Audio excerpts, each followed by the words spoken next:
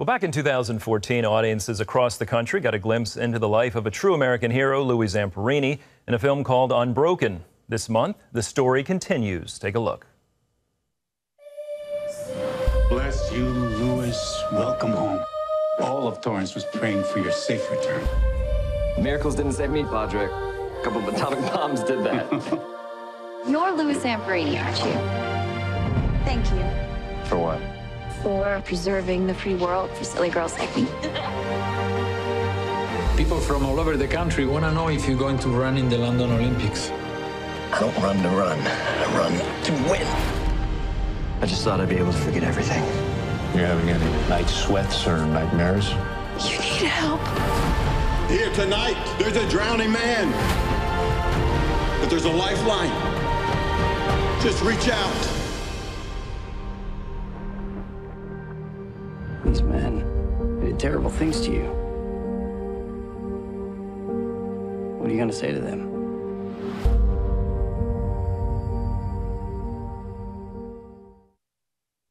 Incredible story. Joining us now is the man who plays Billy Graham, his real-life grandson, Will Graham. Welcome, Will. Oh, thank you so much. Good to have you here. I'm sure you're asked all the time, but being Billy Graham's grandson, I mean, you must have some amazing memories of time with him. I do, and I've seen it from a perspective that most people never get to see.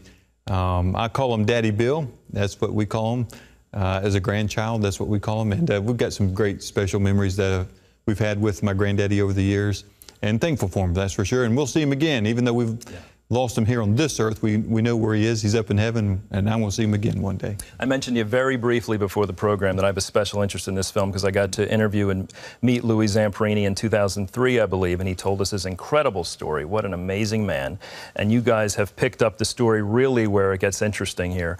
The redemptive part of his story. But before the film, did you know much about your grandfather's relationship with Louis Zamperini? Oh, yeah, he's a name that we knew fairly well. I didn't know much about him. I didn't really know the movie. I mean, I didn't really know about Louis all that well until the book came out in 2010.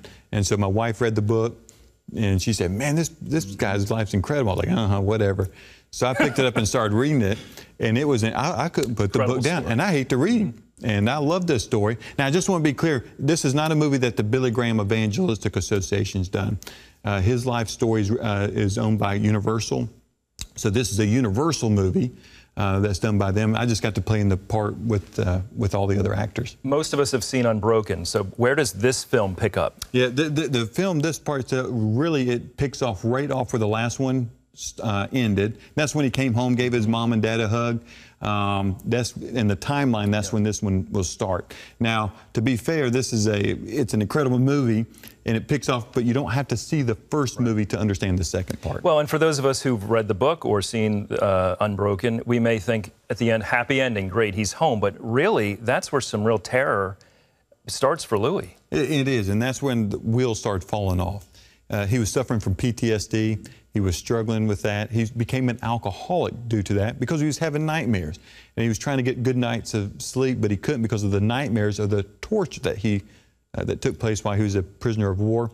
And so that's what he was struggling with. His marriage started to fall apart. He was desperately trying to figure out a way to fix himself, but he didn't know what to do. And it wasn't until that his wife came to know Christ that gave him hope. Yeah, and it'd be natural for anyone to have trouble coping, right? I mean, plane crash, in a raft for 47 days or so, then extreme torture, finally gets home. He met a special woman who really played a key role in his life. Tell us about her. Boy, Cynthia, I never got to meet either one of them, but Cynthia is someone that I would love to meet when I get to heaven. I mean, she really did. She's the one that stuck through the movie. Through the movie, you see she sticks with her husband the whole time, and they had a great love relationship. And the story that you see in this movie is really a love story between a husband and wife. Like many marriages, they struggled, but they found a way to go through it by giving their life over to Jesus Christ. I remember him telling me, he said, Andrew, I was struggling when I came home, and I remembered the promises I made to God. I said, if you'll get me out of this raft and let me survive, if you'll get me out of these prison camps, I will serve you forever. And he said, I realized when I got home, I didn't keep that promise. But what happened regarding your grandfather that changed the trajectory of Louis' life? Well, he went to these meetings reluctantly. He was skeptic about God. He didn't like preachers. He went because his wife asked him. His wife decided not to divorce him, and that touched his heart. It really did, didn't it? And that softened him. He was not a very good husband, he would say. No, he wasn't. And he realized he was the problem. He had a perfect wife, but he was the problem in the marriage because he was a drunk.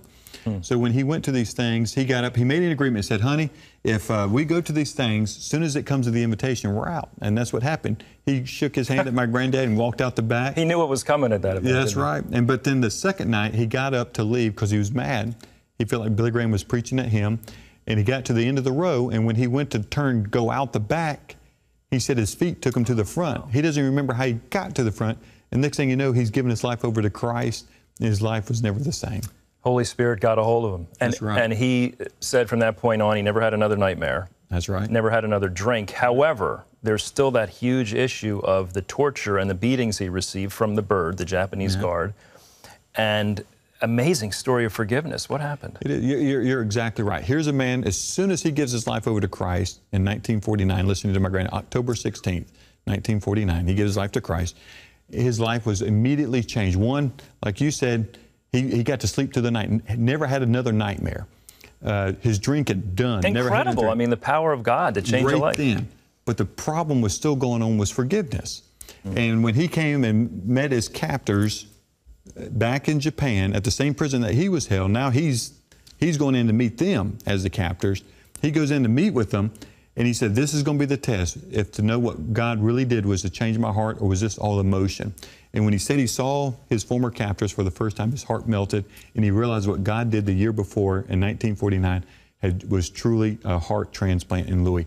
His life had been, he had been forgiven, and he knew that now he could able to forgive them, and he could. That really set him free, ultimately. And so many of us struggle with forgiveness. How important is that in the life of a believer? Well, if there's one cancer in the Christian society today, it's unforgiveness. When we're willing to unforgive. And this is something my grandmother taught me. She said a good marriage is made up of two quick forgivers. And you got to be willing to forgive one another. And that's what makes a marriage work. But today we get mad at people. We'll say we'll get back with them. And I see a lot of tragedies on television. You see a lot of people get hurt. Some people, you say, we forgive the person that hurt my husband or hurt my wife. And then you see others saying, oh, I hope I hope they rot in hell or something like that. And they say something out of their heart and they're mad.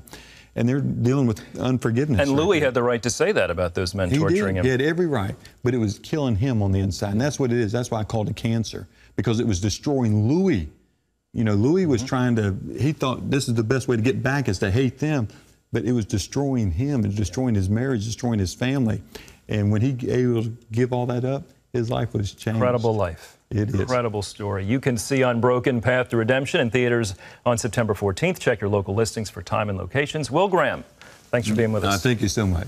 Congrats on your acting debut. You said it may be the last time, though? It probably will be.